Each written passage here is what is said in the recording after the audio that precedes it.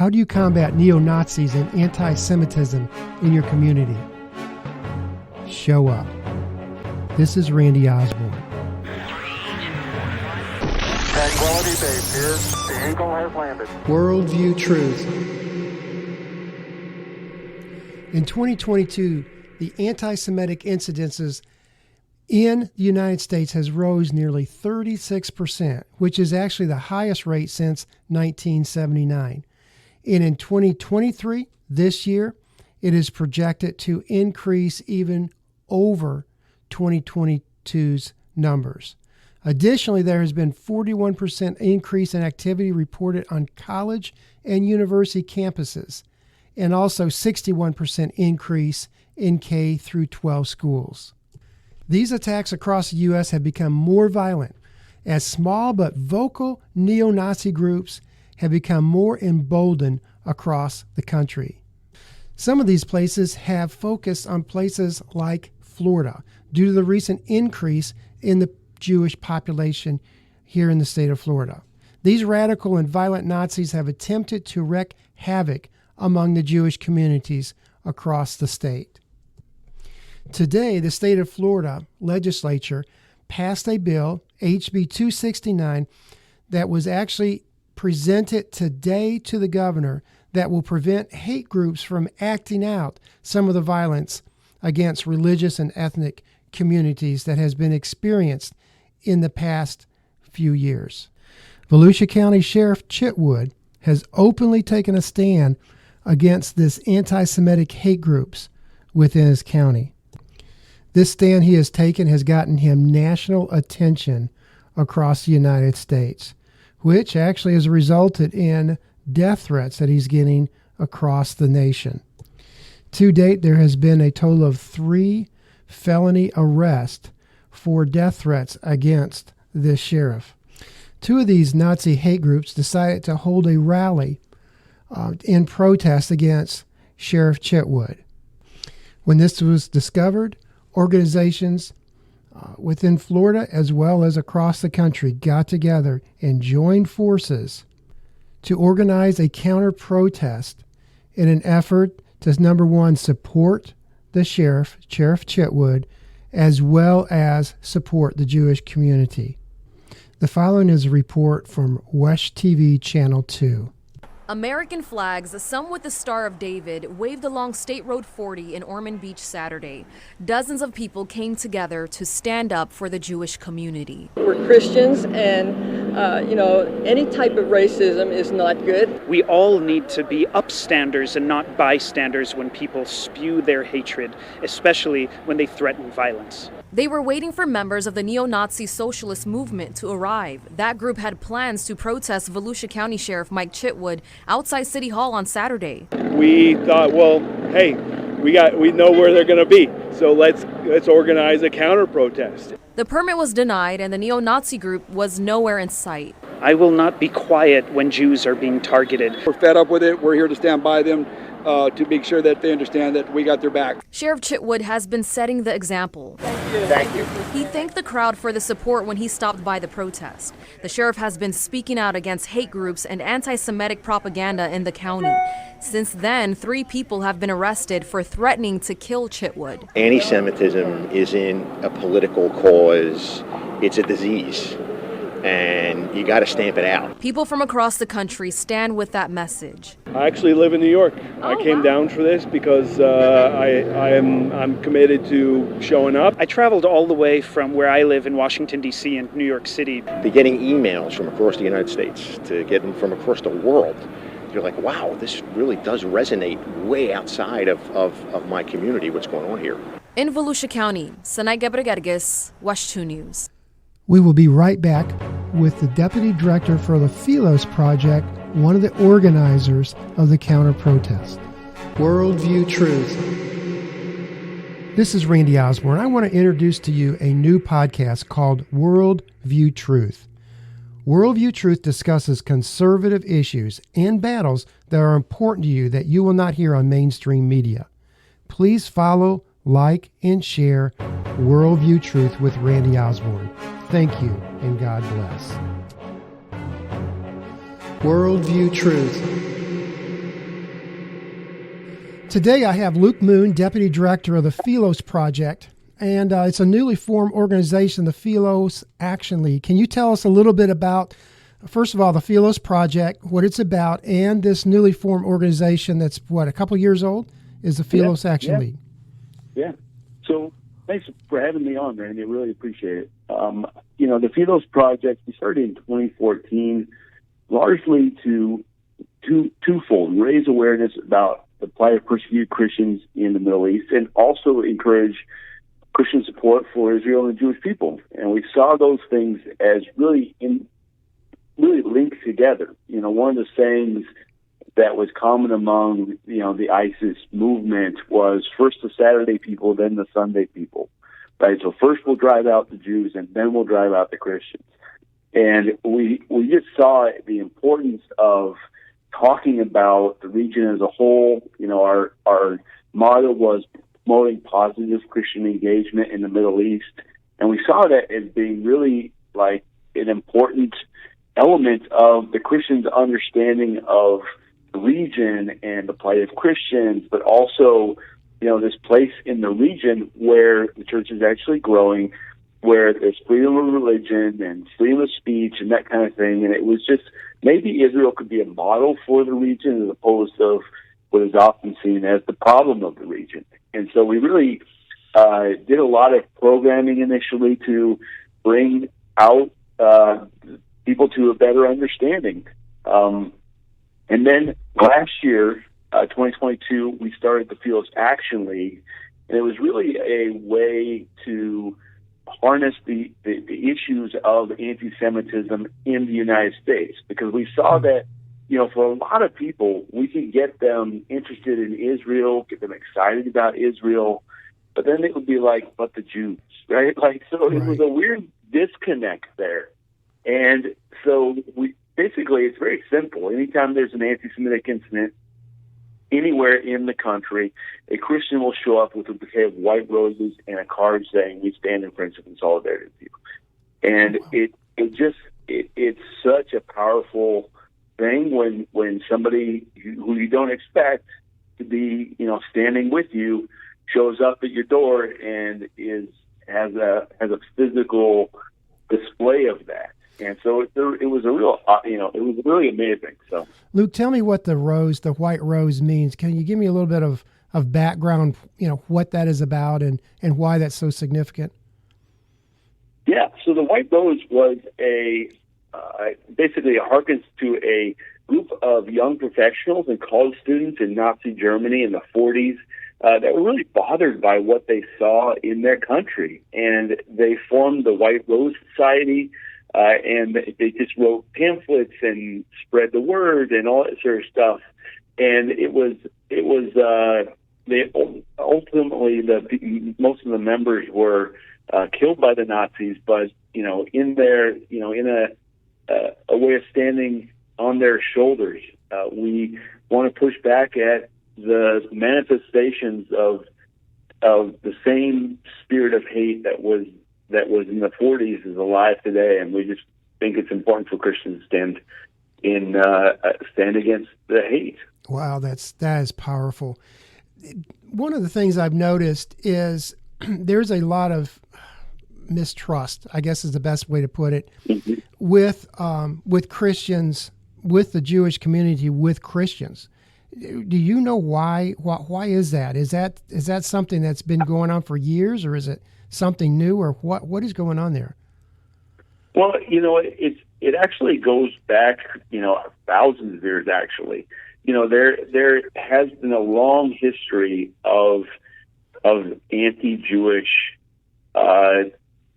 basically persecution from Christians against Jews. Okay. There are on the sides of synagogue, on the sides of cathedrals all over Europe. It was common to see a pair of statues. One was called Synagogia and the other Ecclesia. One was representing the church and the other the synagogue. And the statue of the church, of Ecclesia, it was a woman standing with her head held high, crown on her head. She had a staff in her hand and holding a chalice. And she's very she's very proud. She looks regal. And then next to her is Synagogia. Synagogia is wearing a blindfold, has her head bowed down. She has a staff in her hand, but it's broken, and she has a book that is kind of being held at her side. And it was clear that, like, this is the representation of the defeat of the synagogue by the church, right? And this kind of mentality had manifested itself over and over and over again. And so if you're Jewish, that's what you've seen. That's what you know.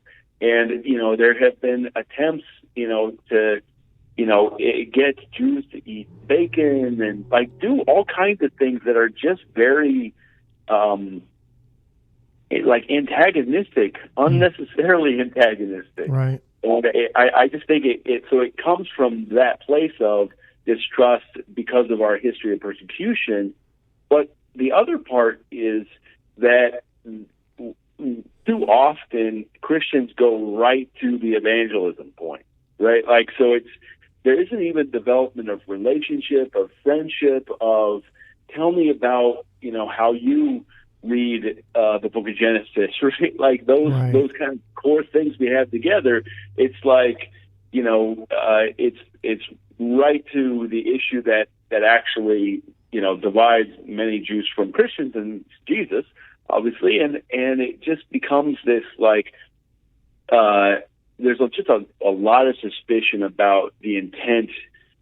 Are you being nice to me because you want to convert me, or are you being nice to me because you actually care about me as a person? And I hope that when people see us all the time, they see us like our motivation is out of just a position of love. And if conversion happens, if evangelism happens, it's because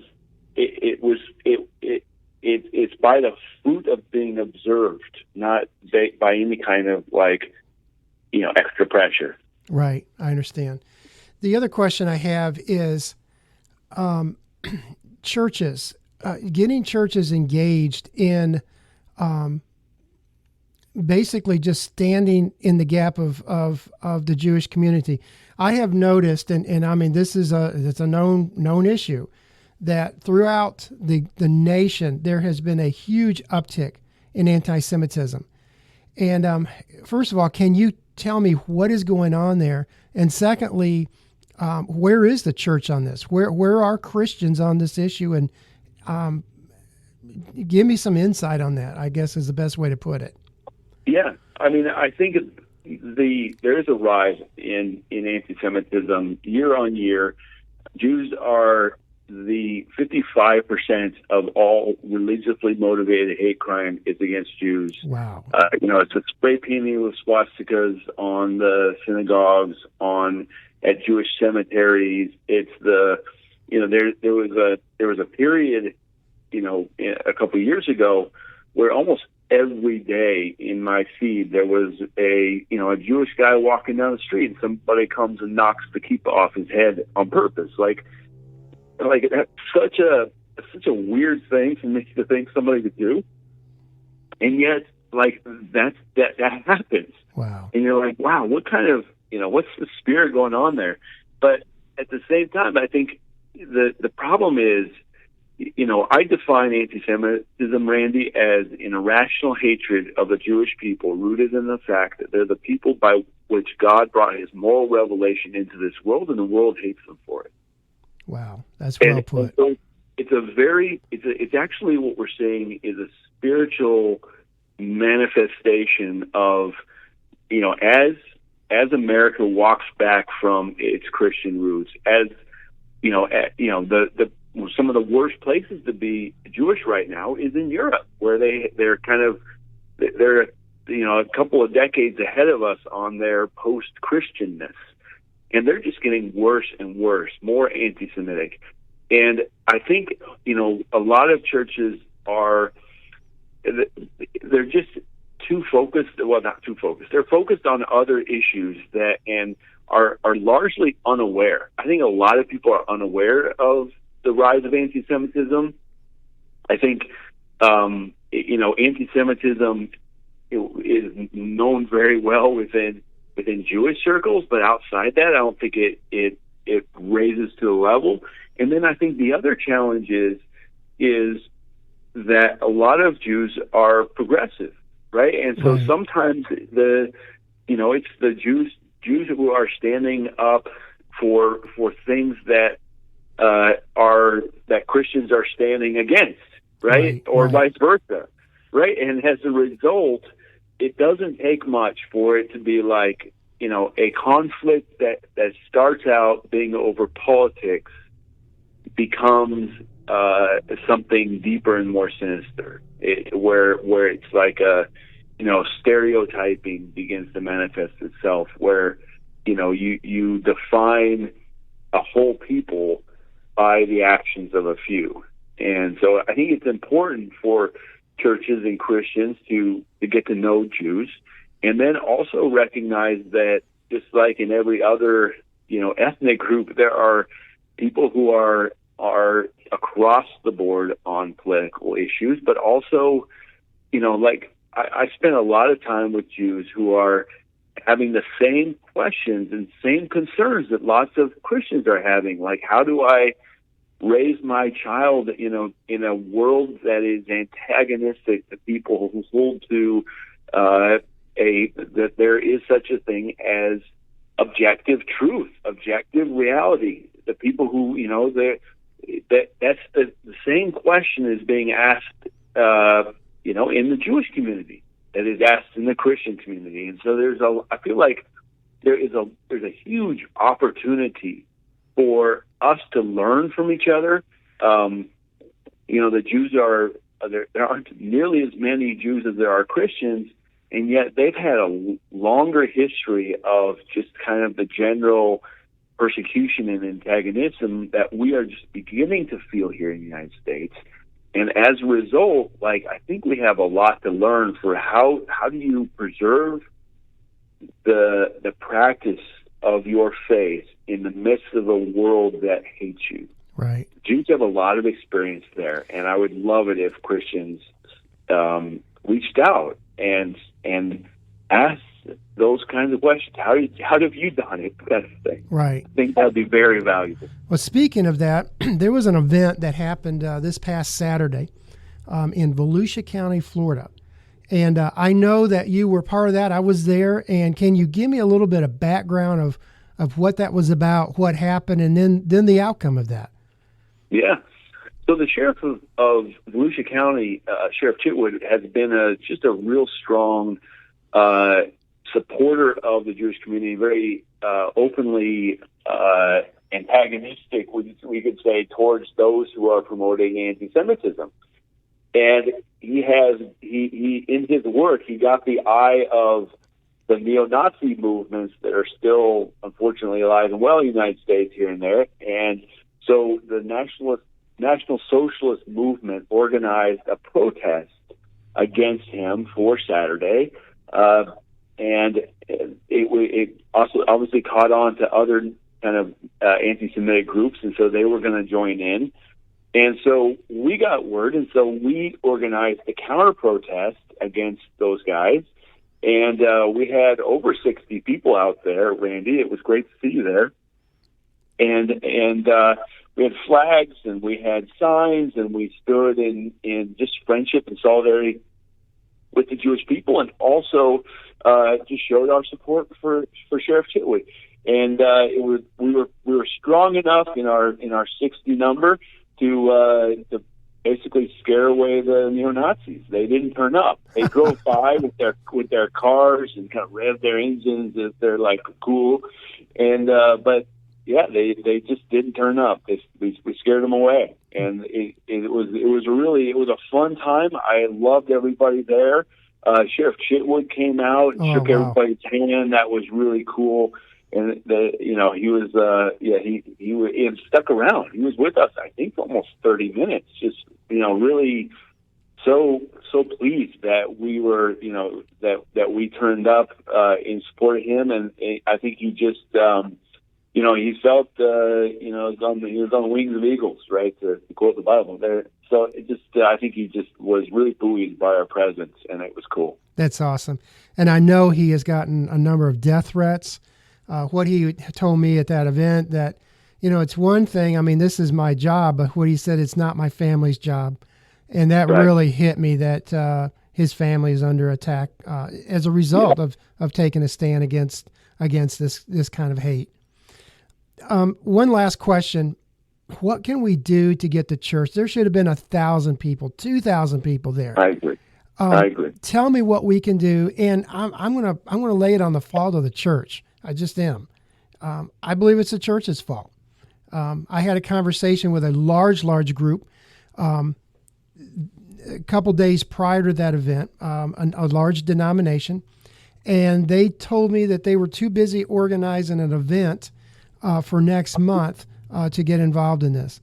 So I was dumbfounded, but I'm just trying to understand, what can we do to get the church motivated, to get them to understand that this is a biblical mandate, I believe, that we should be doing. Well, I think it really does matter how we model this kind of leadership to the churches. I think like I said, I think a lot of churches are unaware that the anti-Semitism is taking place, but I also think that a lot of churches are unaware of what's the source of persecution, and why, churches they're concerned always about, their political witness, if you will. Like, what are they, right? Some are more overtly, which, we're going to be clear-eyed about, there's only two genders, and then others are trying to be more seeker friendly, and if we don't, we won't say anything political, and therefore people come in and they might just meet Jesus and then change as a result. So I think you have this dilemma taking place in a lot of churches and how they speak out about issues in general, and I find a lot of churches are just fearful of speaking out because they don't want to alienate anybody. And unfortunately, I actually think that's a kind of a wrong tactic, because in a world of Gnosticism, of where there's actually another religion that's being promoted by the leaders of our nation, that Christians have to wake up to the fact that we are the ones that have the truth. We're the ones tied into reality, prime reality.